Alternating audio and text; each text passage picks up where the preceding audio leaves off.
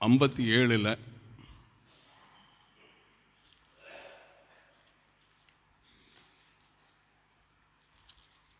ஏசாயா 57 19வது வசனத்தில் தூரமாக இருக்கிறவர்களுக்கும் சமீபமாக இருக்கிறவர்களுக்கும் சமாதானம் சமாதானம் என்று கூறும் உதடுகளின் பலனை சிருஷ்டிக்கிறேன், அவர்களை குணமாக்குவேன் என்று கர்த்தர் சொல்லுகிறார். நம்ம எல்லாரும் கர்த்தரை சோதரிப்போம். நல்ல வாய் தந்து கர்த்தருக்கு நாம் நன்றி செலுத்துவோம். ஆண்டவரை நாம் ஏற்றுக்கொண்டு ஆராதிக்கிறோம்னு சொன்னால், உலகத்தில் இருக்கிற சகோதரர்களை விட சகோதரிகளை விட தேவனுடைய பிள்ளைகள் 100க்கு 100 நம்பிக்கைக்குரியவர்களாக இருக்கணும். நமக்குள்ள ஒழுங்கு இருக்கணும்,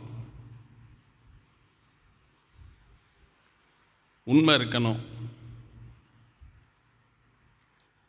சகல ஜனங்களும் தேவனுடைய ஜனங்களை நம்பத்தக்க அளவுக்கு எல்லா காரியத்திலும் நாம் சரியாக இருக்கணும்.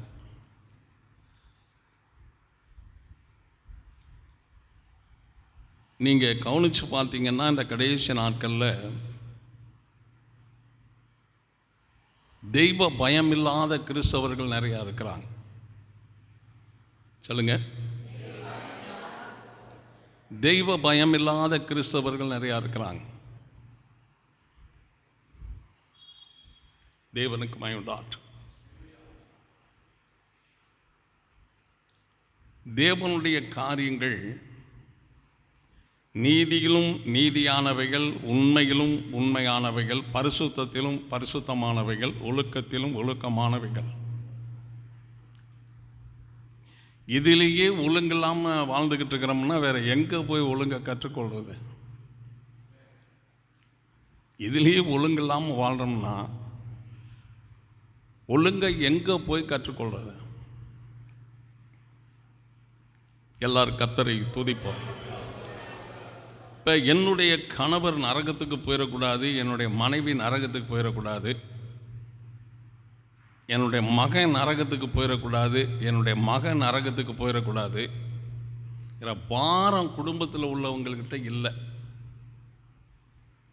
குடும்பத்தில் உள்ளவங்கள்கிட்ட அந்த பாரம் இல்லை. தேவனுக்கு மகிமையுண்டாகட்டும். இன்றைக்கு சில தேவனுடைய பிள்ளைகள் ரட்சிக்கப்பட்டிருக்காங்க, அவங்களுக்கு குடும்பம் இருக்குது, ஆனால் குடும்ப ஜெபம் கிடையாது. சில வீடுகளில் சிலர்கிட்ட தனி ஜெபம் கிடையாது. தன்னுடைய வீடை தேவனை ஆசீர்வதிக்கணும்னு சொல்லி அந்த வீட்டில் வேதத்தை எடுத்து வாசிக்கிறதில்ல. கர்த்தருடைய வேதத்திலே பிரியமாக இருந்து அவன் நீர்க்கால்களின் ஓரமாய் நடப்பட்டு அவன் செய்வதெல்லாம் வாய். கர்த்தருடைய வேதத்தில் தேவனுக்கு மகிமையுண்டாகட்டும். வேதத்தை எடுத்து வாசிக்கணும், வேதத்தை எடுத்து வாசிக்கணும். இப்போ ஆதி ஆமத்திலேருந்து வெளிப்படுத்தல் வரைக்கும் படித்து முடிச்சுட்டு திரும்ப இப்போ ஆதி ஆமத்திலேருந்து ஆரம்பித்து எரேமியா ஏறத்தாழ 20ஆம் அதிகாரம் வரைக்கும் இன்றைக்கு வந்திருக்கிறேன். நான் எப்படியும் ஒரு 6 மாதத்துக்குள்ளே இந்த தடவை படித்து முடிச்சுட்டு திரும்ப ஆரம்பிச்சிடுவேன். எல்லாரும் கர்த்தரை துதிப்போம். சொல்கிறேங்க, கவனிச்சு பாருங்க. வீட்டில் 4 பேர் கர்த்தரை ஆராதிக்கிறோம்னா 4 பேரும் மொத்தமாக நின்று ப்ரேயர் பண்ணிவிட்டு வீட்டை பூட்டிட்டு 4 பேரும் சர்ச்சுக்கு ஒரே டயத்தில் இறங்கி வரணும். அதுதான் ஒழுங்கு. இன்றைக்கு அநேகர் அப்படி இல்லை. சர்வ சாதாரணமாக ஞாயிற்றுக்கிழமை ஆராதனை விடுறாங்க. ஓய்வு நாள் ஆராதனை ஆசரிக்காமல் இருக்காங்க. அந்த ஞாயிற்றுக்கிழமை ஆராதனையை விட விட சகல நோய்களும் பிரச்சனைகளும் கஷ்டங்களும் நஷ்டங்களும் நிம்மதி இல்லாமல் சமாதானம் இல்லாமல் ரொம்ப கஷ்டத்தை பிசாசு கொடுப்பான். ஆராதனைக்கு வர்றோங்கிறது ஆண்டவருக்கு தெரியும், வரலைங்கிறது தெரியும். ஆராதனைக்கு வராமல் கர்த்தரை விட்டு விலகி சத்தியத்தை விட்டு விலகி ஆராதனையை விட்டு விலகுறாங்கன்னு தெரிஞ்சால் சாத்தான் ரொம்ப கிரியை செய்வான். எல்லாரும் பாய் தந்த ஆண்டவரை துதிப்பான், ரொம்ப கிரியை செய்வான். தேவனுக்கு மகிமை உண்டாகட்டும். எப்போ ஆண்டவர் வருவாருங்கிறதுக்கு தேதி கிடையாது, நாள் குறிப்பிடலை. இப்போ கூட ஆண்டவர் வரலாம், இப்போ கூட ஆண்டவர் வரலாம். எல்லாரும் கர்த்தரை துதிப்போம். தூரமாக இருக்கிறவர்களுக்கும் சமீபமாக இருக்கிறவர்களுக்கும் சமாதானம் சமாதானம் என்று கூறும் உதடுகளின் பலனை சிருஷ்டிக்கிறேன், அவர்களை என்ன செய்வேன்? ஸ்தோத்திரம். எரேமியா 17ஆம் அதிகாரம் 14வது வசனத்தில், எரேமியா 17:14, கர்த்தாவே என்னை குணமாக்கும், அப்பொழுது குணமாவேன், என்னை ரட்சியும், அப்பொழுது ரட்சிக்கப்படுவேன். எரேமியா சொல்றாரு, கர்த்தாவே என்னை குணமாக்கு, நீர் என்னை குணமாக்கு. எப்பொழுது நீ என்னை குணமாக்குறீரோ அப்போ நான் என்ன செய்வேன்? குணமாவேன். இன்றைக்கு எல்லா சகோதரர்களும் எல்லா சகோதரிகளும் சொல்ல வேண்டியது என்ன? கர்த்தாவே என்ன செய்யும்? என் மனைவியை, மகனை, மகளை, என் வீட்டில் பாப தோஷம் இல்லாதபடிக்கு என் வீட்டையும் கூட என்ன செய்யும்? குணமாக்கும். குணமாகணும், கர்த்தர் குணப்படுத்தணும், குணமாகணும். எரேமியா 20ஆம் அதிகாரம் ஏன் குணமாக்கும்னு சொல்கிறாரு அப்படின்னா, இந்த வசனங்கள் தெரிஞ்சால் தான் நமக்கு சத்தியம் தெரியும். எரேமியா 20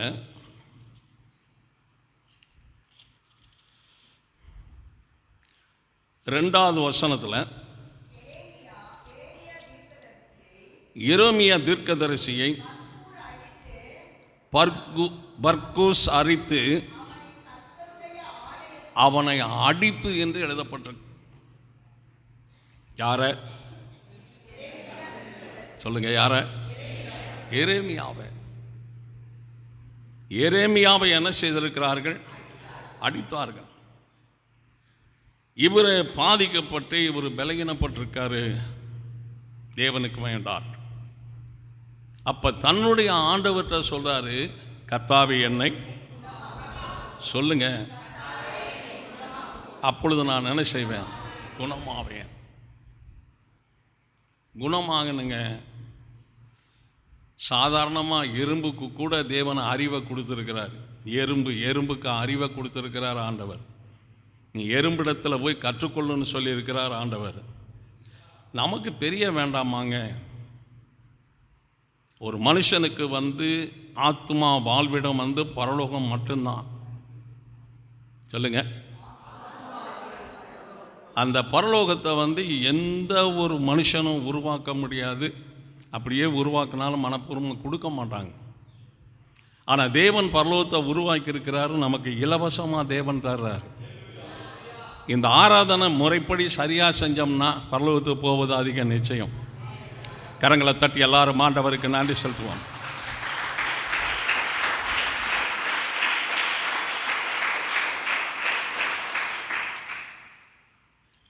நம்மளுடைய வேலைகளை நம்ம இஷ்டத்துக்கு செய்யலாங்க. தேவனுடைய வேலையை தேவ சித்தப்படி தான் செய்யணும். நம்ம சௌகரியத்துக்கு ஆராதனையை விடுறதும் ஆராதனையை இஷ்டப்படி செய்யலாம் எடுபடாதுங்க. நீங்கள் கவனிக்கலைன்னா கஷ்டம்தான். ஒரு எல்லை சொல்லுவோமா? கஷ்டம்தான். வீட்டில் ஆசீர்வாதம் வரணும், நம்மில் ஆசீர்வாதம் வரணும், ஆசீர்வாதமாக இருக்கணும்னா வீட்டில் உள்ளவங்கெல்லாம் கரெக்டாக கர்த்தருக்குள்ள வாழ்ந்து கர்த்தரை ஆராதிக்கணுங்க. நம்ம நல்லா வாழணும்னு சொன்னால் 8 மணினா சர்ச்சுக்குள்ளே தான் இருக்கணும். 8க்கு மேலே வெளியில் இருக்கக்கூடாதுங்க. ஆண்டவர் கரெக்டு உள்ளவர், எந்த காரியத்திலும் பர்ஃபெக்டாக இருப்பார். எல்லாரும் பாய் தந்த ஆண்டவரை துதிப்போம். அப்படியே நாமும் என்ன செய்யணும்னா சரியாக இருக்கணும். 6 நாள் இருக்கு, தூங்கி எந்திரிக்கலாம், செய்யலாம். ஞாயிற்றுக்கிழமையும் நம்ம தீர்க்கமாக தூங்கி எந்திரிச்சு லேட்டாக வரோம்னு சொன்னால் தூக்கம் பரலோகத்துக்கு கொண்டு போகுமா, ஆராதனை பரலோகத்துக்கு கொண்டு போகுமா? அப்புறம் அவருடைய நாளில் தூங்கிக்கிட்டு லேட்டாக வந்தால் எப்படி ஆகிறது? எல்லாரும் பாய் தந்த ஆண்டவரை துதிப்போம். பல தடவை கர்த்தருடைய பிள்ளைகளுக்கு சாட்சியாக சொல்லியிருக்கிறேன். 60 வருஷம் கர்த்தரை நான் ஆராதிச்சிருக்கிறேன், 54 வருஷம் ஊழியம் செஞ்சுருக்கிறேன். ஒரு நாள் லேட்டாக நான் சர்ச்சுக்கு வந்ததே கிடையாது. இயேசு கிறிஸ்துவே அதுக்கு சாட்சி. கரங்களை தட்டி எல்லாரும் ஆண்டவருக்கு நன்றி செலுத்துவோம்.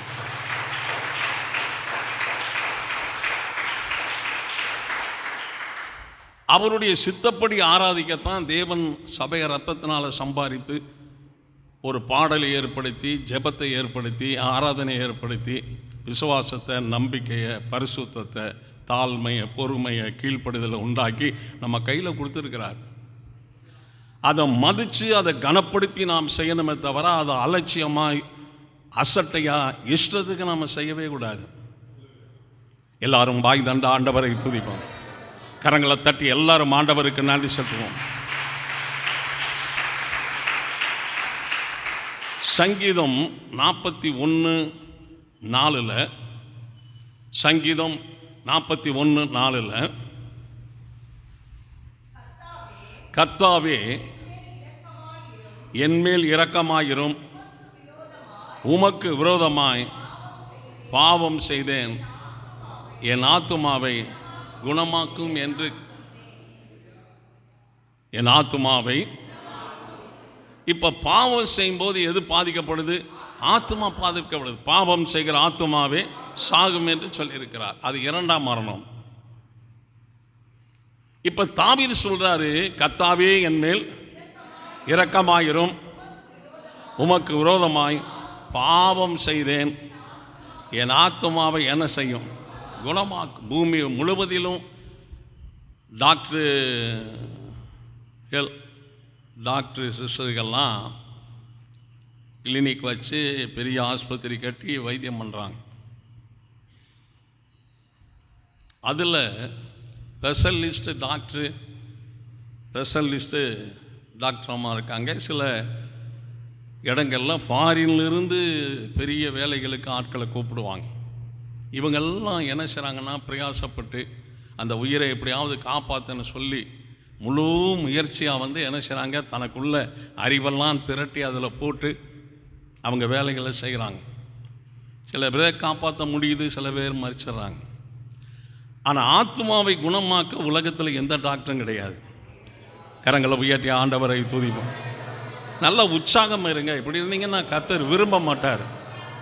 கரங்களை தட்டி எல்லாரும் ஆண்டவருக்கு நன்றி செலுத்துவோம். ஆமென்.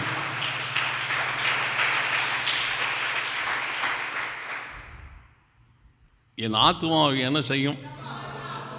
இப்போ சகோதரனுடைய ஆத்மா குணமாயிருச்சுன்னா வரியில் போயிடும், சகோதரி ஆத்மா குணமாயிட்டா வரியில் போயிடும். கோபப்பட்டோம்னா அது ஆத்மா பாதிக்கப்படும், பாவம் செஞ்சோம்னா பாதிக்கப்படும், இச்சையாக இருந்தால் பாதிக்கப்படும், பெருமையாக இருந்தால் பாதிக்கப்படும், கீழ்ப்படியாமல் இருந்தால் பாதிக்கப்படும், தெய்வ பயம் இல்லாமல் இருந்தால் ஆத்மா பாதிக்கப்படும், ஆராதனை செய்யாமல் இருந்தால் ஆத்மா பாதிக்கப்படும். நிறையா இருக்குது. இப்போ யாருடைய ஆத்மா சுகமாக இருக்குது, யாருடைய ஆத்மா நோய் கொண்டிருக்குங்கிறது நமக்கு தெரியாது. இன்றைக்கு ஆண்டவர்கிட்ட என்ன நம்ம ஜெபிக்கணும் அப்படின்னா, ஆண்டவரே என் ஆத்மாவை என்ன செய்யும்? குணமாக்கு.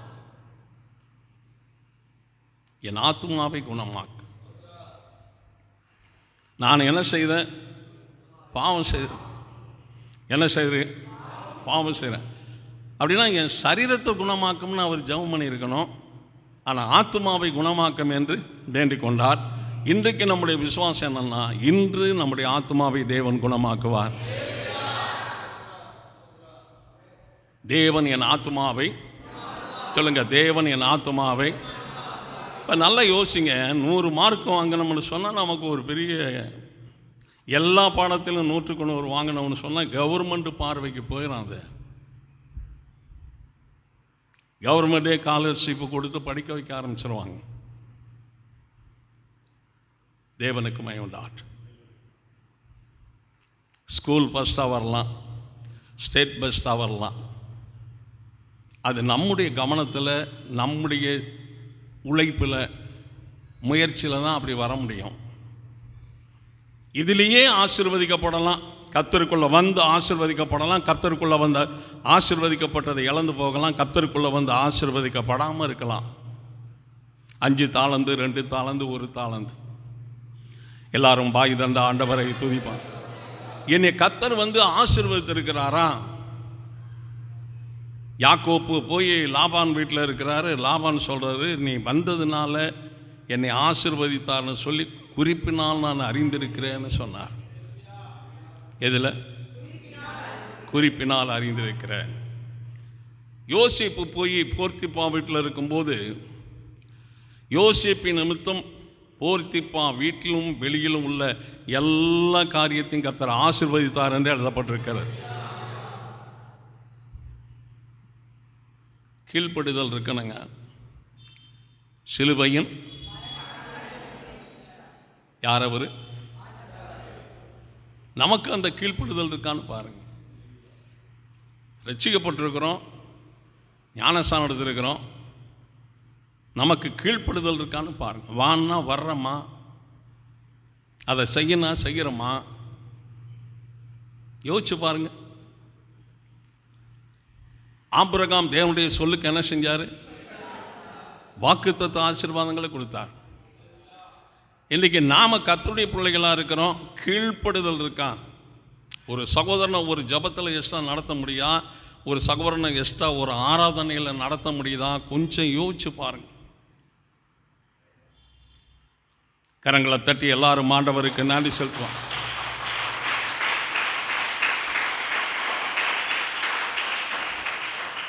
கர்த்தர் நமக்கு குழந்தைகளை கொடுத்தாரு. அந்த குழந்தைகளை நம்ம வளர்த்துருக்கிறோம். வளர்த்த குழந்தைகள் வீட்டில் உள்ளவங்களுக்கு கீழ்ப்படிதான், சபையில் கீழ்ப்படிதான், தெய்வத்துக்கு கீழ்ப்படிதான். எப்படி பிள்ளைகளை வளர்த்துருக்கிறோன்னு தயவு செய்து யோசிச்சு பார்க்கணும். எல்லாரும் பாய் தந்த ஆண்டவரை துதிப்பாங்க. நம்முடைய குடும்பத்தில் உள்ள எல்லாரும் ஆண்டவருடைய வரிகள் வந்துடுவாங்களா? வரிகளை வந்துருவாங்களா? யோசிங்க. அப்போ பிள்ளைகளுக்கு வேலை வாங்கிறதல்ல, பிள்ளைகளை அதட்டுறதல்ல, விரட்டுறதல்ல, அடிக்கிறதல்ல. பிள்ளைகளுக்கு முன்பாக தகப்பன் தாய் என்ன செய்யணும்? வாழ்ந்து காட்டணும். நம்முடைய வாழ்க்கையை பார்த்து தான் பிள்ளைங்க என்ன செய்வாங்க? வளர்ச்சி பெறுவாங்க. வாழ்க்கையை பார்த்து. எல்லாரும் கர்த்தருக்கு நாம் நன்றி செலுத்துவோம். வாழ்க்கையை பார்த்து. இப்போ நம்முடைய சிந்தை கிறிஸ்துவுக்குள்ளே இருக்குதா? நம்முடைய வார்த்தை கிறிஸ்துவுக்குள்ளே இருக்கா? இருதயம் கிறிஸ்துவுக்குள்ளே இருக்குதா? நம்ம கிரிகள் கிறிஸ்துவுக்குள்ளே இருக்கா? நம்முடைய குணங்கள் கிறிஸ்துவுக்கு உகந்த குணங்களா, கர்த்தருக்கு விரோதமான குணங்களா? யோசிக்கணும். எல்லாரும் பாய் தந்த ஆண்டவரை துதிப்போம். நல்ல கரங்களை தட்டி கர்த்தருக்கு நாம் நன்றி செலுத்துவோம்.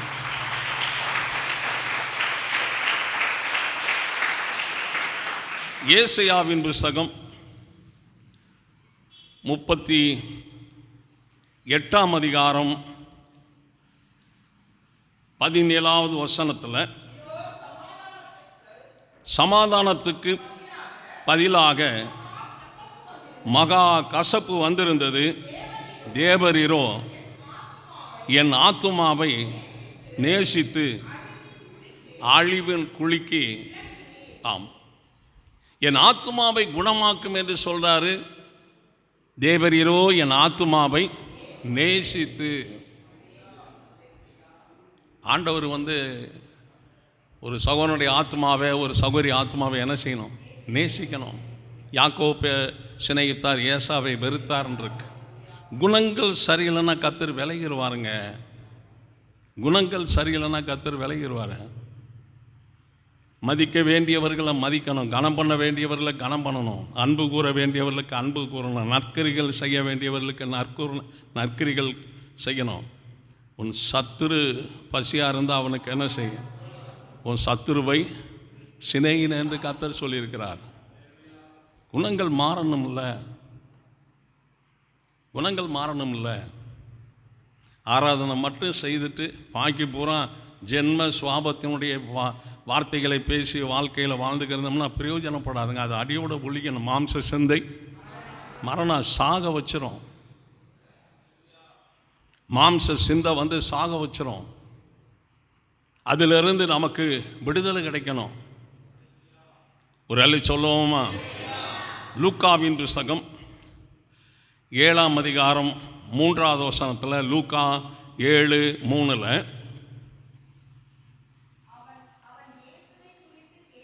அவன் இயேசுவை குறித்து கேள்விப்பட்ட போது அவர் வந்து வேலைக்காரனை குணமாக்க வேண்டும் என்று வேண்டிக் கொண்டான். தனக்கு பிரியமான ஒரு வேலைக்காரன் வியாதிப்பட்டு மரணத்துக்கு ஏதுவான அவஸ்தைப்பட்டுக்கிட்டு இருக்கான். ஆனால் ஆண்டவரை குறித்து கேள்விப்பட்ட பிறகு இந்த யூதர்களில் நல்ல மூப்பர்களை அனுப்பி, இந்த 100க்கு அதிபதியினுடைய வேலைக்காரன் வியாதியாக இருக்கிறான், நீர் வந்து அவனை என்ன செய்யணும்? குணமாக்கணும் என்று வேண்டிக் கொண்டான். எல்லாரும் பாய் தந்த ஆண்டவரை துதிப்பான். குணமாக்க வேண்டும் என்று. பிரேக் இல்லாத வண்டியை ஓட்டுறவங்க என்னைக்கு இருந்தாலும் ஆக்சிடென்ட் ஆவாங்க. தெய்வ பயம் இல்லாமல் கிறிஸ்தவ வாழ்க்கை வாழ்கிறவங்க என்னைக்கு இருந்தாலும் ஒரு நாள் விழுந்து போயிடுவாங்க. கரங்களை தட்டி கர்த்தருக்கு நாம் நன்றி சொல்கிறோம். ஆமாம், எல்லாரும் வாய் தந்த ஆண்டவரை சோதரிப்போம். கர்த்தருக்கு மைண்டார். இப்போ ஆத்மாவை குணமாக்குறார். வியாதியிலிருந்து ஆண்டவர் என்ன செய்கிறார்? குணமாக்குறார். லூக்காவின் புத்தகம் 9ஆம் அதிகாரம் 42வது வசனத்தில், லூக்கா 9:42, அவன் சமீபித்து வருகையில்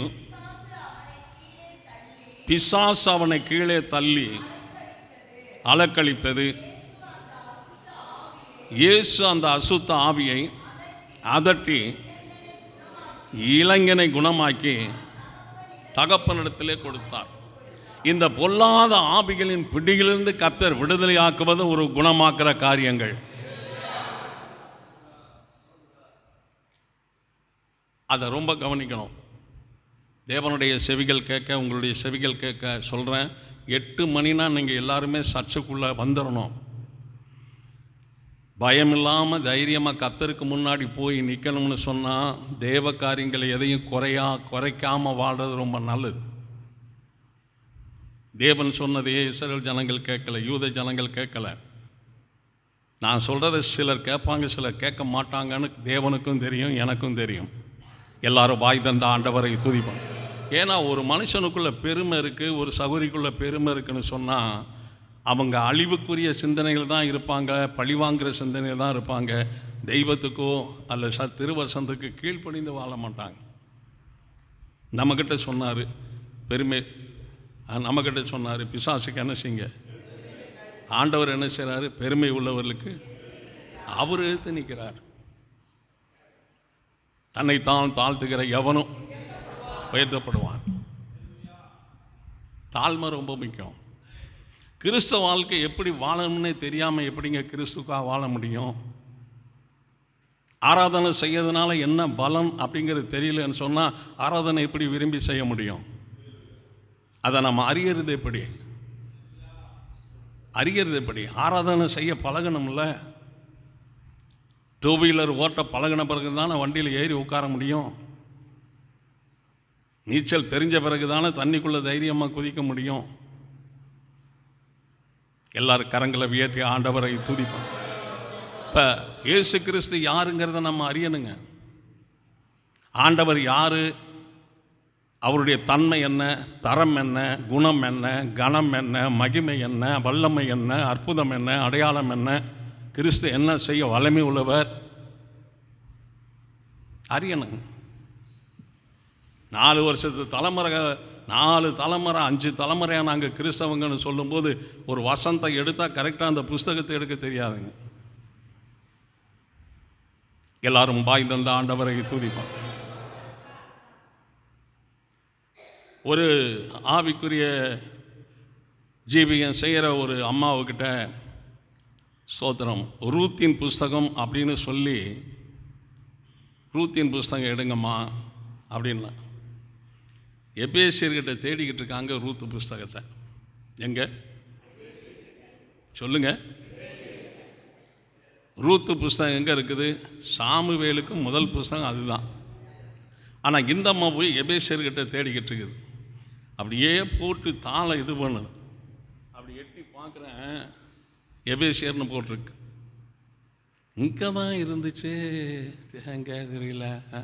என்னதும்மா அப்படின்னு. ரூத்து ஒரு வேளை கடைக்கு போனாலும் போயிருப்பாங்கம்மா. கரங்களை தட்டி எல்லாரும் ஆண்டவரை துதிப்போம்.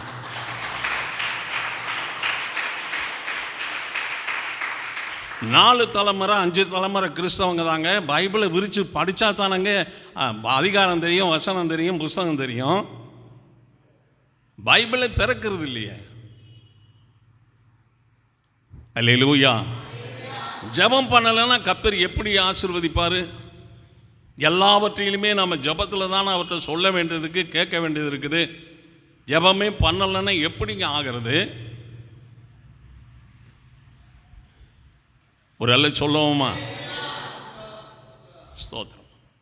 நீதிமொழிகள் 17ஆம் அதிகாரம் 2வது வசனத்தில், நீதிமொழிகள் 17:2, புத்தி உள்ள வேலைக்காரன் கர்த்தர் லட்சை உண்டாக்குகிற புத்திரனை ஆண்டு சகோதரர்களுக்குள்ளே தேவனுக்கு மகிமையுண்டாகும். யாரு? புத்தி உள்ள வேலை. என் வேலைக்காரன் வியாதியாக கிடக்கிறான். ஆண்டவர் வந்து அவனை குணமாக்கும்படி என்ன செய்தான்? வேண்டிக் கொண்டான். வேலைக்காரன் வியாதியாக இருக்கிறான். அது புத்தி இல்லாத வேலைக்காரன் இருக்கான், புத்தி உள்ள வேலைக்காரன் இருக்கான், சாமர்த்தியமான வேலைக்காரன் இருக்கான், சாமர்த்தியம் இல்லாத வேலைக்காரன் இருக்கான், தைரியமான வேலைக்காரன் இருக்கான், கோழையான வேலைக்காரன் இருக்கிறான், துணிஞ்சு செய்கிற வேலைக்காரன் இருக்கிறான், பயந்து கிடக்கிற வேலைக்காரன் இருக்கான், அனுபவம் உள்ள வேலைக்காரன் இருக்கான், அனுபவமே இல்லாத வேலைக்காரன் இருக்கான். ஆனால் இந்த வேலைக்காரன் யாரு? புத்தி உள்ள வேலைக்காரன். அல்லேலூயா. புத்தி உள்ள வேலைக்காரன். அவன் என்ன செய்கிறான்? லட்சை உண்டாக்குகிற ஆண்டு சகோதரர்களுக்குள்ளே சுதந்திரத்தில் பங்கடைகிறான். ஆள்றான். புத்தி உள்ள வேலைக்காரன் ஆளுகை செய்கிறான், புத்தி உள்ள வேலைக்காரன் சுதந்திரத்தில் பங்கடைகிறான். எல்லாரும் பாய் தந்த ஆண்டவரை துதிப்பான். தேவனுக்கு மகிமையுண்டாற்று. அதை பெற்றுக்கொள்ள முயற்சி பண்ணணும். வருகையில் போயே ஆகணும். சொல்லுங்க, நான் கைவிடப்பட்டு போயிடக்கூடாது. சத்தமாக சொல்லுங்க, வருகையில் போயே ஆகணும். அதுதாங்க இந்த ஆராதனை. அதுதான் இந்த ஆராதனை. எல்லாரும் வாய் தந்த ஆண்டவரை துதிப்பான். எல்லா கரங்களை தட்டி ஆண்டவரை மகிமைப்படுத்தும். ஆமென்.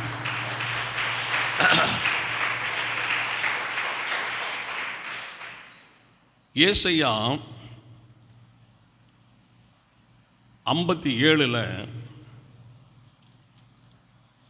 ஏசாயா 57:18 வசனத்தில், அவர் வழிகளை நான் பார்த்து அவர்களை குணமாக்குவேன், அவர்களை நடத்தி திரும்பவும் அவர்களுக்கும்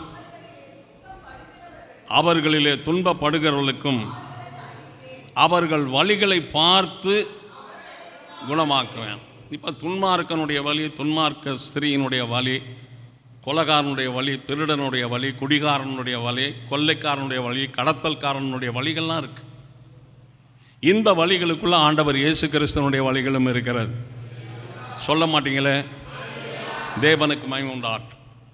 இப்போ எந்த வழியில் நடக்கிறாங்கிறத பார்த்து, எந்த வழியில் பெருமையின் வழி இருக்குது, மேட்டுமை வழி இருக்குது, வீம்பு வயிறு இருக்குது, வைராக்கிய வழி இருக்குது, கோப வழி இருக்குது, கொலகாரனுடைய வழி இருக்குதுங்க. இதிலெல்லாம் விட்டுப்புட்டு கர்த்தருடைய வழியில் மட்டும் நடக்கணும். நானே வழியும் ஜீவனமாக இருக்கிறேன், ஜீவனமாக இருக்கிறேன். ஏன் சில குடும்பங்கள் கனத்துக்குரியதாக இருக்குது, சில குடும்பங்கள் கனவீனமாக இருக்குன்னா, குடும்பத்துக்குள்ளே உள்ளவங்களையே ஒருத்தரை மதிக்கிறது கிடையாது, ஒருத்தரை கணன் பண்ணுறது கிடையாது, ஒருத்தர் சொல்கிறத ஒருத்தர் கேட்கறது கிடையாது, ஒருத்தர் சொல்கிறத ஒருத்தர் செய்கிறது கிடையாது. எல்லாரும் பாய் தந்த ஆண்டவரை துதிப்பார். தேவனுக்கு மகிமை உண்டாகட்டும்.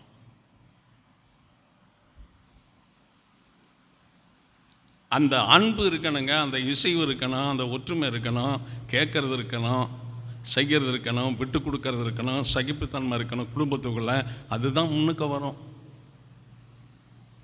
பார்க்குறதெல்லாம் சந்தேகமாக பார்த்து பேசுகிறதான் அதில் உள்ள நற்பொருள் எடுக்காமல் கெட்ட காரியத்தை எடுத்து விதண்டா வேதமாக பேசும்போது குடும்பங்களில் பிரச்சனை வருங்க, பிரச்சனைகள் வரும். தேவன் நீதி உள்ளவர். இவ்வளோ பெரிய உலகத்தை உண்டாக்கினார், வானம் பூமி எல்லாம். இந்த பூமியை மனுப்புத்தர் கொடுத்தாருன்னு எழுதப்பட்டிருக்கு. பூமியை 10க்கு 10 பூமியா, 10க்கு 10? யோசிச்சு பாருங்கள். அவருடைய அன்பு என்ன, நம்மளுடைய அன்பு என்ன? அவருடைய அன்பு என்ன, நம்முடைய அன்பு என்னங்க? கண்ணை மூடிக்கிட்டு தேவன் ஆசீர்வதிச்சிருவாரா? கண்ணை மூடிக்கிட்டு பரலோகத்தில் எடுத்துருவாரா? இங்கே கிறிஸ்தவ கனம் பண்ணுறவங்க யார், கனவீனப்படுத்துகிறவங்க யார், தெய்வத்துக்கு பயந்து வாழ்கிறவங்க யார், பயம் இல்லாமல் வாழ்கிறவங்க யார், தேவனுக்கு மகிழ்ச்சியோடு அன்போடு ஆராதனை செய்கிறவங்க யார், ஆராதனை செய்யாதவங்க யாருங்கிறலாம் ஆண்டவருக்கு தெரியுமா தெரியாதா? நம்ம உலகத்தை பார்த்து தாங்க வாழ முடியும். பரலோகத்திலேருந்து மனுஷனையும் பார்க்குறாரு, பூமி பாதாளத்துக்குள்ளில் இருக்கிற ஆவிகளையும் பார்க்குறார்.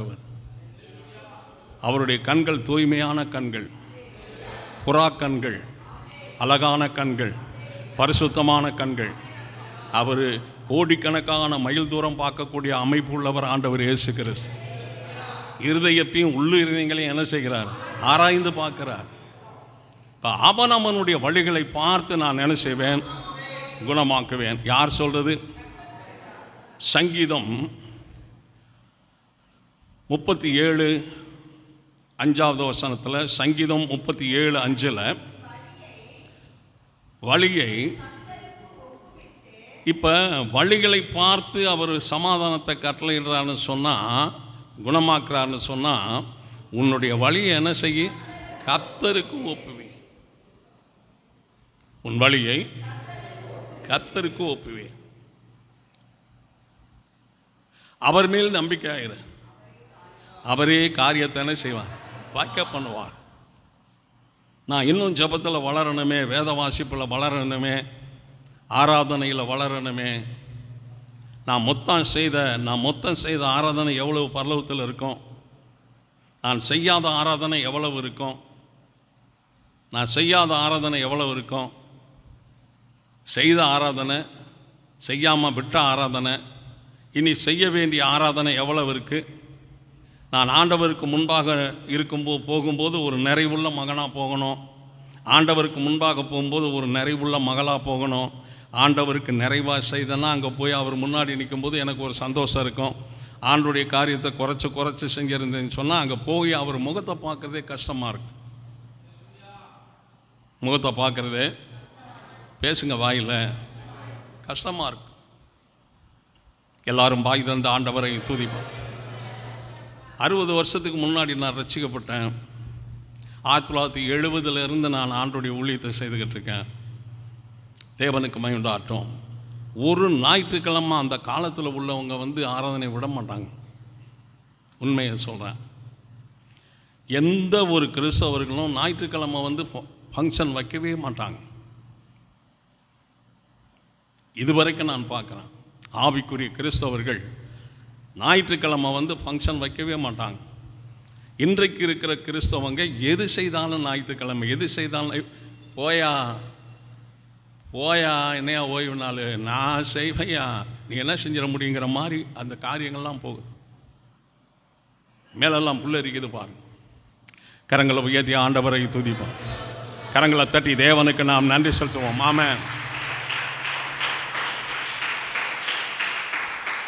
நான் என்ன வேணாலும் செய்வேன், நீங்கள் என்ன கேட்டுற முடியுமா, என்கிட்ட பேசிட முடியுமா? உங்களுக்காக நான் பயப்படுற ஆள் தேவனுக்கு முன்னாடி. தயவு செய்து கர்த்தருடைய பிள்ளைகளை யோசிக்கணும்.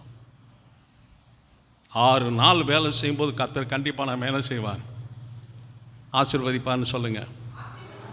6 நாள் வேலை செய்யும்போது என்ன செய்வார்? தேவனுடைய நாளை என்ன செய்யணும்? தேவனுக்கே செலுத்தணுங்க, தேவனுக்கே செலுத்தணும். இப்போ நமக்கு சம்பளம் 10,000 ரூபா, கம்பெனியில் வேலை செய்கிறோம். 500 எடுத்துக்கிட்டு கொடுத்தா வாங்கிடுவோமா? வாயில் சொல்லுங்கள், ஏன் வாங்க மாட்டோம்?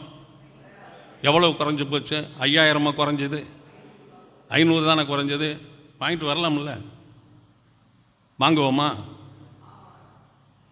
ஆண்டவருக்கு 2 மணி நேரம் வேலை ஆராதிக்கிறோம், அரை மணி நேரம் எடுத்துக்கிறோம், 3/4 மணி நேரம் எடுத்துக்கிறோம். நிலைமையை பாருங்கள். நமக்கு லேட்டாக வர்றதே தவறாக தெரியலங்கும்போது இப்படி செய்கிறது தவறாக ஆண்டவர் எடுத்துக்குவாரோ என்னமோங்கிற எண்ணம் எப்படி வரும்?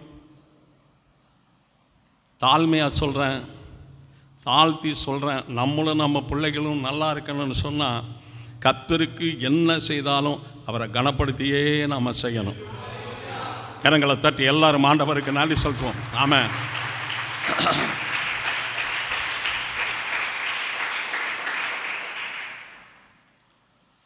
கர்த்தருடைய பலிபீடத்திலிருந்து நான் சொல்கிறேன், என்னுடைய ஊரில் இருந்து என்னுடைய ஊர்னு சொல்ல சங்கடமாக இருக்குது, அந்த ஊரில் இருந்து நான் வர்றதுக்கு 2 மணி நேரம் நடக்கணுங்க.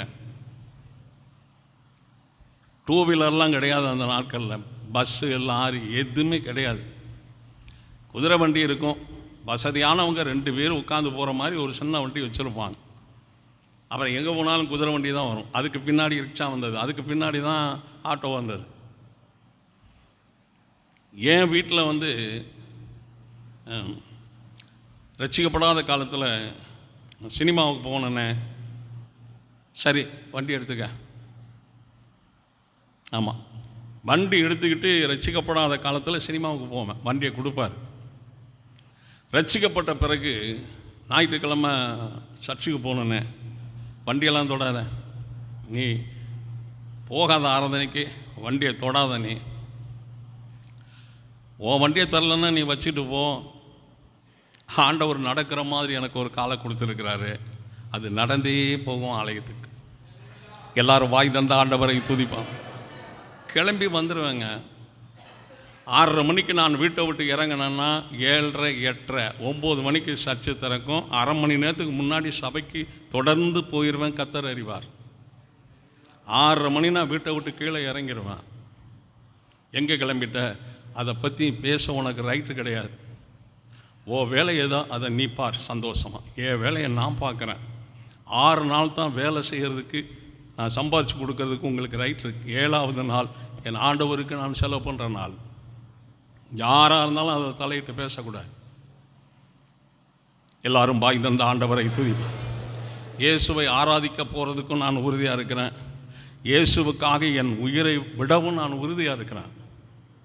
அதை யார் சொன்னாலும் கேட்க மாட்டேன். 6:00 கிளம்பிடுவேங்க. 6:30 வரைக்கும் 7:30 வரைக்கும் தூங்கிட்டுங்க. 9:30 வர்றதெல்லாம் இல்லவே இல்லைங்க. ஆண்டவர் வரும்போது தெரிஞ்சுக்கிடுவேங்க.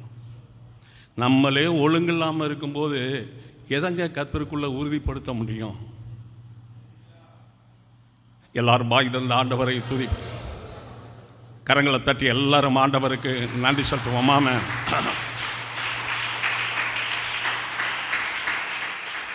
உன் பலியை கர்த்தருக்கு என்ன செய்ய? ஒப்புவி. பலியை ஒப்புவிச்சுட்டு அவர் மேலேயே நீ நம்பிக்கை. யார் மேலே? முதல்ல என்ன செய்யணும்? 2வது அவரை நம்புகிறேன் அப்படின்னு சொன்னால் ஒரு புல்லு பூச்சியை கூட நம்பக்கூடாதுங்க. மனுஷனுடைய அன்பு மாறும், மனுஷனுடைய குணம் மாறும், மனுஷனுடைய சூழ்நிலை மாறும், மனுஷனுடைய அன்புகளில் வித்தியாசம் தெரியும். என்றும் மாறாதவர் ஆண்டவர் இயேசு கிறிஸ்து. அவருடைய அன்பு என்றைக்குமே மாறாது. நன்மை செய்கிற கர்த்தர் தொடர்ந்து நன்மை செய்வார். இஸ்ரவேல் ஜனங்கள் கர்த்தருக்கு விரோதமாய் விக்கிரகாராதனை பண்ணி கர்த்தரை விட்டு விலகின பிறகும் மன்னாவை தொடர்ந்து அனுப்பி கொண்டே இருந்தார். நம்மளாக இருந்தால் இழுத்து சாத்திட்டு போகிறோம், சாகடாமான கடந்து. எல்லாரும் வாய் தந்த ஆண்டவரை ஆண்டவர் அருமையானவர், ஆண்டவர் ரொம்ப அருமையானவர். அவர் மேலே பிரியமாக இருந்து நம்முடைய ஆத்துமாவை என்ன செய்கிறார்? நேசிக்கிறார். பாரு, ஆத்துமாவை நேசித்து அழிவின் குளிக்கு. இப்போ கர்த்தாவே நான் பாவம் செய்தேன், என் ஆத்துமாவை என்ன செய்யும்? குணமாக்கும் ஆண்டவரே, என் ஆத்துமாவை குணமாக்கும். நம்ம எல்லாரும் வாய் தந்த ஆண்டவரை துதிப்போம். ஸ்தோத்திரம். என்னுடைய மகளை வண்டியில் வச்சு ஒரு நாள் வண்டியில் கொண்டுக்கிட்டு போயிருந்தான். ஸ்தோத்திரம். நான் எம்எஸ்பி ஸ்கூல்லேருந்து இப்படி போகிறேன், பெரியசாமின்னு சொல்லி இந்த ராஜபுரருக்கு தெரியும், காமிச்சிருக்கிறேன். அவர் அப்படி கரெக்டாக என் முன்னாடி வந்துட்டார். நில்லுப்பா நில்லுப்பா நில்லுப்பா அப்படின்னார். சரி, வண்டியை பிரேக் போட்டு நிப்பாட்டி ஓரமாக வண்டியை நிப்பாட்டிட்டு வந்து என்னங்கன்னு கேட்டேன். என்னங்கிற? ஆமாம், பின்ன என்ன சொல்கிறீங்க? தாய் மாமன் நான், என்னங்க மாமான்னு சொல்ல மாட்டியா? அதெல்லாம் சொல்ல மாட்டேங்க. அந்த இடத்துல இருந்தாலும் நான் வெளியில் வந்துட்டேன். இது யார் அப்படின்னார். என் மகன் அப்படின்னு. இவ்வளோ பெரிய பொண்ணாக இருக்குது, சொல்லவே இல்லையா? நீ சொல்லணுங்கிற அவசியம் இல்லை, அதனால நான் சொல்லலை. நான் பெண்ணு கேட்டு வருவேன், வரக்கூடாது, தரமாட்டேன். தாய் மாமங்க, நான் வண்டியை கொண்டாந்து வச்சு பிள்ளையை கூட்டிகிட்டு போய் நான் தாலியை கட்டி வீட்டில் வச்சுக்கிறேன், எனக்கு உரிமை இருக்குது அப்படின்னு. உரிமைன்றது கிறிஸ்துவுக்கு விரோதமாய் வாழ்ந்த வாழ்க்கையில், உரிமை இல்லைன்றது கிறிஸ்தவனான் வாழ்கிற வாழ்க்கையில். நீ வரக்கூடாது வீட்டுக்கு, பெண் தரமாட்டேன் அப்படின்னு சொன்னேன். கண்டிப்பாக நான் வருவேன். வராத வந்தால் என்ன செய்வேன்? உன் வீட்டில் சம்மந்தம் பண்ணுறதை விட என் மகளை வெட்டி நான் புதைச்சிடுவேன். கல்றரை வாங்கி வச்சுருக்கேன், புதைச்சிடுவேன். நான் வாசலுக்கு வந்தேன்னா என் மகளை கண்டிப்பாக வெட்டுருவேங்க. ஒரு பிள்ளை சாகிறதுக்கு நீங்கள் ஆளாகிடக்கூடாது, தரமாட்டேன் நான். எல்லாரும் பாய் தந்த ஆண்டவரை துதிப்போம். கரங்களை தட்டி எல்லாரும் ஆண்டவருக்கு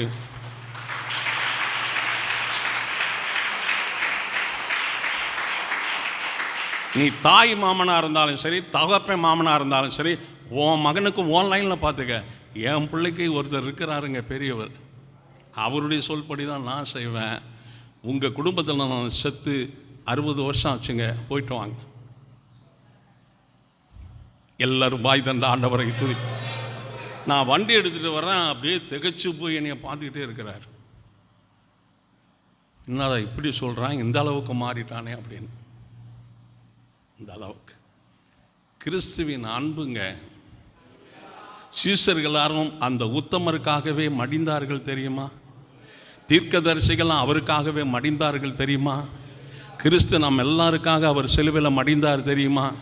இவருக்காக வாழ்வதற்கும் இவருக்காக சாவதற்கும் நாம் அழைக்கப்பட்டிருக்கிறோம். நான் வாழ்ந்தாலும் இயேசுவுக்காக, நான் மடிந்தாலும் இயேசுவுக்காக. இயேசுவுக்காக. இன்றைக்கு பைசா இருந்தால் என்ன வேணாலும் செய்கிறாங்கங்க. பைசாவுக்காக என்ன வேணாலும் செய்கிறாங்க. இயேசுவுக்காக போல பலமாக செய்யறதில்லை. தேவனுக்கு மகிழ்ந்தார். வருவாருங்க, வருவார். அவருக்காக வாழ்ந்தவங்களுக்கு இருதயத்தில் ஒரு சந்தோஷத்தை கொடுக்க வருவார். அவருக்காக வாழாதவர்களுக்கு இருதயத்தில் ஒரு நெருப்பு, ஒரு அனலை உண்டாக்க வருவார் ஆண்டவர் இயேசு கிறிஸ்து. நல்ல உற்சாகமாய் கரங்களை தட்டி ஆண்டவருக்கு நாம் நன்றி செலுத்துவோம். ஆமென்.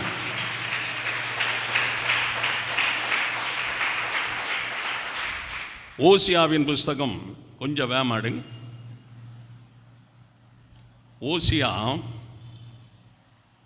11ஆம் அதிகாரம் 3வது வசனத்தில், நாம் எப்ராயிமை கைப்பிடித்து நடக்க பழக்கினேன், ஆனாலும் நான் தங்களை குணமாக்குகிறவன் என்று அறியாமல் போனார்கள்.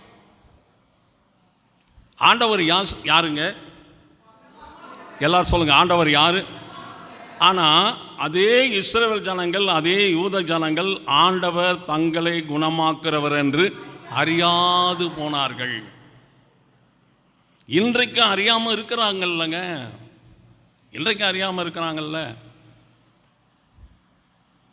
ஒரு எல்லை சொல்லுவோமா? இன்றைக்கும் அறியாமல் இருக்கிறாங்கல்ல. ஒரு காலேஜில் ஒரு பிரின்ஸ்பால் ஐயா இருக்காங்கன்னு சொன்னால், ஆசிரியர்கள் எல்லாரும், மாணவர்கள், மாணவிகள் எல்லாரும் யாருக்கு கட்டுப்பட்டிருக்கணும்? சொல்ல மாட்டேங்கிறீங்க, என்னையா சொல்லுங்க. அவரவே ஏற்றுக்கிட்டு அவர்கிட்டே மீறி நடந்துக்கிருந்தா காலேஜுக்குள்ளே போக முடியுமா? அவர் தான் அங்கே சர்வ வல்லமை உள்ள தேவன், சகலத்தையும் சிருஷ்டித்தவர், சகலத்தையும் நடத்துகிறவர், சகலத்தையும் பாதுகாக்கிறவர், சகலத்தையும் போஷிக்கிறவர், சகலத்தையும் நியாயந்திருக்கிறவர், நல்லதை தமன்ற எடுத்துக்கொண்டு கெட்டதெல்லாம் சாத்தம் பக்கம் தள்ளுறவர் ஆண்டவர் இயேசு கிறிஸ்து ஒருவர் மாத்திரம். அவருக்கு பயப்படாமல் அவர் ஏற்றுக்கிட்டு, இந்த பார்த்தீங்களா சவுலெல்லாம் பார்த்தீங்களாங்க, சாமுவேல் சொல்கிறாரு, சவுல் உன்னை விட்டு, கர்த்தர் உன்னை விட்டு விலகி உனக்கு சத்துருவாக இருக்கும்போது நீ ஏங்கிட்ட ஏப்பா வர்ற? கர்த்தர் உன்னை விட்டு என்ன செய்துட்டார்? உனக்கு என்ன செய்கிறாரு? ஏங்கிட்ட ஏன் நீ வர? கர்த்தர் சொன்னபடியே ராஜ்யத்தை உன் தோழனாகிய தாவீதுக்கு கொடுத்துட்டாரு. நீயும் உன் மகனும் நாளைக்கு என்னோடு கூட இருப்பீங்கன்ட்டு போயிட்டார். அதாங்க வாழ்க்கை.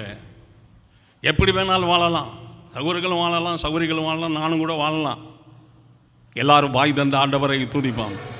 கரங்களை தட்டி கர்த்தருக்கு நாம் நன்றி சொல்லுவோம். ஆமென்.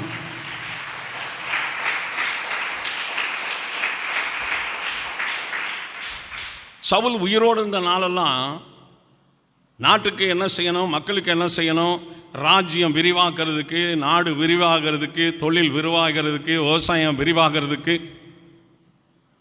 விரோதிகள் வராத அளவுக்கு, விரோதிகள்லாம் ஐயோ சவுலா, சவுல் ராஜ்யமா, உலகத்தில் எந்த ஒரு ராஜ்யமும் சவுலை ஜெயிக்க முடியாதங்க அளவுக்கு ஒரு பவரை எப்படி உண்டு பண்ணுற தேசத்தில், அதெல்லாம் விட்டுட்டாருங்க.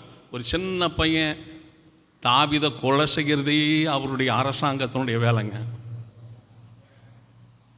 ஒரு எல்லை சொல்லுவோமா?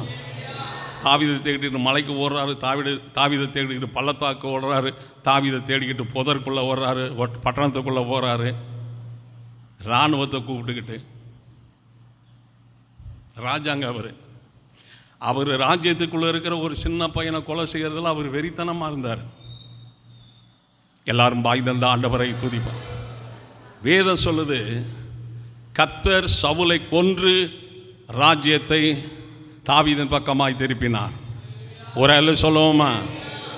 அப்போ உயிரோடு இருக்கும்போதே தாவீதை கொலை செய்ய நினைத்தவன், தாவீது ராஜா இருக்கும்போது இவன் உயிரோடு இருந்தால் தாவீதை கொலை செய்வான்ட்டு சவுலுக்கு உண்டான அத்தனையும் சவுலையும் அழித்து முடிச்சுட்டு, சவுலுடைய வர்க்கமே செத்து அழிஞ்சு போன பிறகு அப்புறம்தாங்க தாவீதை ராஜாவாக கொண்டு வர்றாரு. ஏன்னா இவன் நிம்மதியாக வாழவும் மாட்டான், நிம்மதியாக வாழ விடவும் மாட்டாங்கிறது ஆண்டவருக்கு சவுலை பற்றி தெரிஞ்சிருச்சு. எல்லாரும் வாய் தந்த ஆண்டவரை துதிப்பான். அதனால் சவுலுக்கு முடிவு உண்டாக்கிட்டார். சவுலை தேவனே கொன்றக்கூடாதுங்கிறதுக்காக பெலிஸ்தனை கூப்பிட்டு அவன் குடும்பத்தை எல்லாத்தையும் கம்ப்ளீட்டாக அழிச்சிருன்ட்டார். கம்ப்ளீட்டாக என்ன செய்ய? சோதரம். 1 சாமுவேல்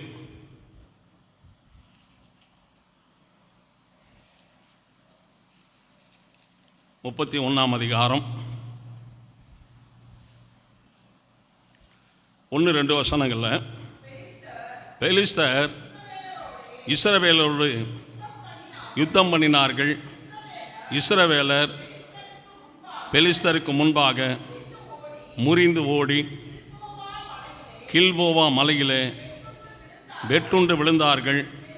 பெலிஸ்தர் சவுலையும் குமாரரையும் நெருங்கி தொடர்ந்து சவுலின் குமாரராகிய யோனத்தானையும் அமினதாவையும் மல்கிசுவாவையும் வெட்டி போட்டார்கள். 5வது வசனத்தில் சவுல் செத்து போனதை ஆயுததாரி கண்டபோது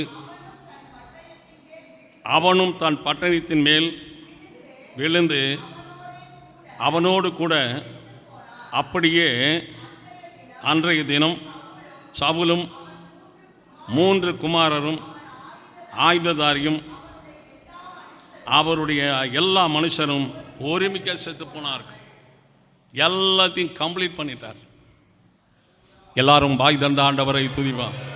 தேவனுக்கு பயந்து வாழணுங்க. தேவனுக்கு பயந்து வாழணும்.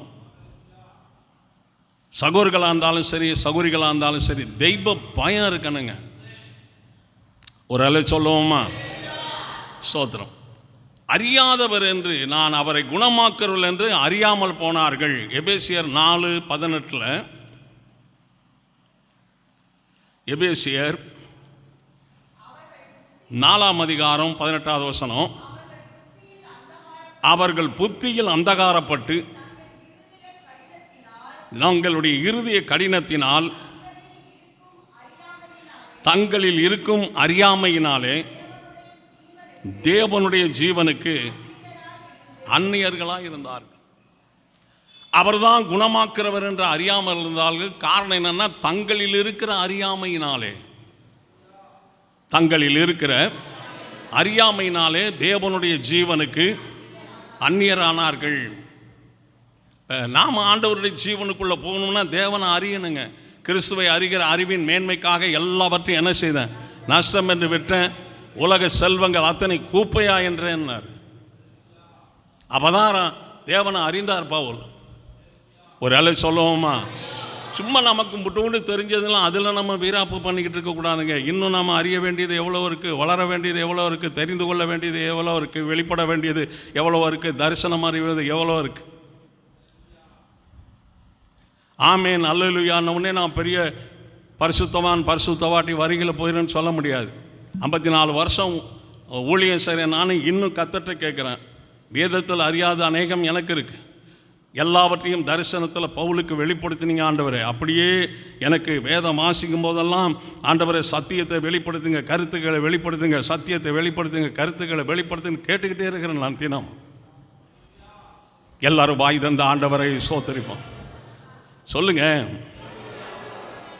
எரேமியா 3ஆம் அதிகாரம் 22வது வசனத்தில், எரேமியா 3:22, சீர்கட்ட பிள்ளைகளே திரும்புங்கள், உங்கள் சீர்கேடுகளை குணமாக்குவேன் என்றார். இப்போ பாருங்க, நோயை குணமாக்குறாரு, ஆத்துமாவை என்ன செய்கிறாரு? குணமாக்குறாரு. அப்புறம் அசுத்த ஆவியை விரட்டி என்ன செய்கிறாரு? குணமாக்குறாரு. இப்படி வரிசையாக குணமாக்கிட்டு வர்ற கர்த்தர் சொல்கிறாரு, சீர்கட்ட பிள்ளைகளே எங்களிடத்தில் திரும்புங்கள், என்னிடத்தில் திரும்புங்கள். சீர்கட்ட பிள்ளைகளே திரும்புங்கள், உங்கள் சீர்கேடுகளை குணமாக்குவேன் என்றார். குடும்பத்துக்குள்ளே இருக்கிற சீர்கேடுகள், மனுஷன் சிந்தையில் இருக்கிற சீர்கேடுகள், மனுஷன் இருதயத்தில் இருக்கிற சீர்கேடுகள், மனுஷனுடைய வெளியரங்க வாழ்க்கையில் இருக்கிற சீர்கேடுகள், மனுஷனுடைய அந்தரங்க வாழ்க்கையில் இருக்கிற சீர்கேடுகள், எல்லாரும் பாய் தந்த ஆண்டவரை துதிப்பார். அந்த சீர்கேடுகளை நான் என்ன செய்வேன்? குணமாக்குவேன். குணமாக்கணும்னா நீ என்ன செய்ய? திரும்பு. நீ போகிற வழியை விட்டு திரும்பு, செய்கிற கிரிகளை விட்டு திரும்பு. இன்றைக்கு நான் அதை குணமாக்குறேன் நான். அல்லேலூயா. அப்போ ஆண்டவருடைய ஆசீர்வாதத்தை பெற என்ன தடை இருக்குது?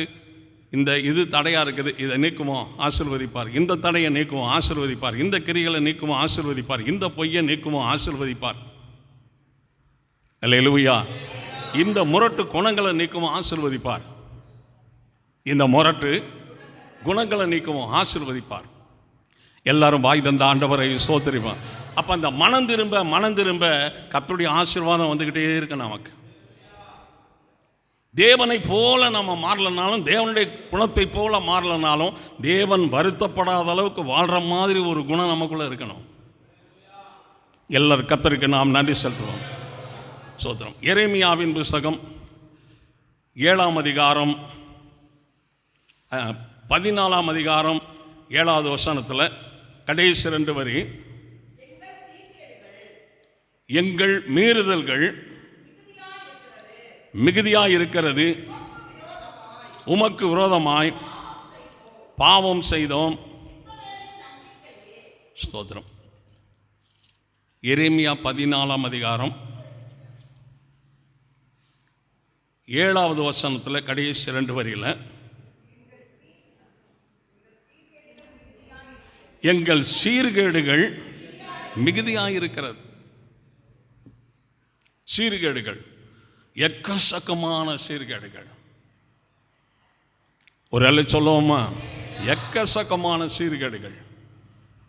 அப்ப ஆண்டவர் சொல்றார், நீ திரும்ப உன் சீர்கேடுகள் இன்னைக்கு என்ன செய்ற? குணமாக்குறேங்கிறார். நீ திரும்ப உன் சீர்கேடுகள் என்ன செய்ற? குணமாக்குறேங்கிறார். எல்லாரும் பாய் தந்த ஆண்டவரை துதிப்பான். நல்ல கரங்களை தட்டி எல்லாரும் ஆண்டவருக்கு நன்றி செலுத்துவோம். ஆமென்.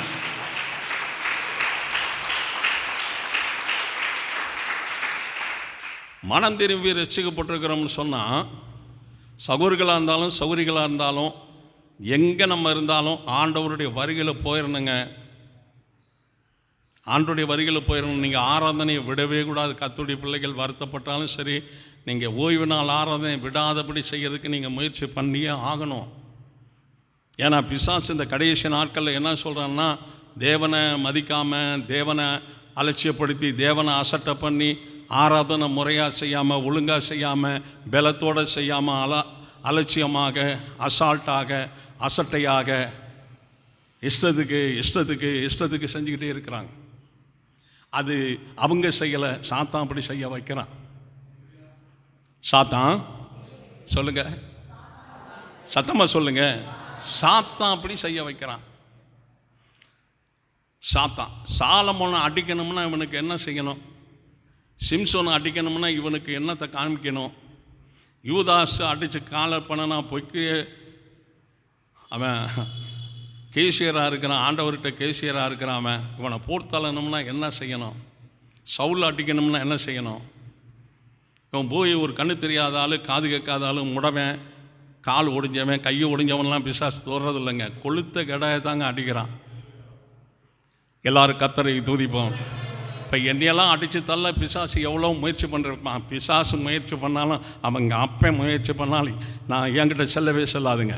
கரங்களை உயர்த்தி ஆண்டவரை துதிப்போம். கரங்களை தட்டி எல்லாரும் ஆண்டவருக்கு நன்றி செலுத்துவோம். ஆமென்.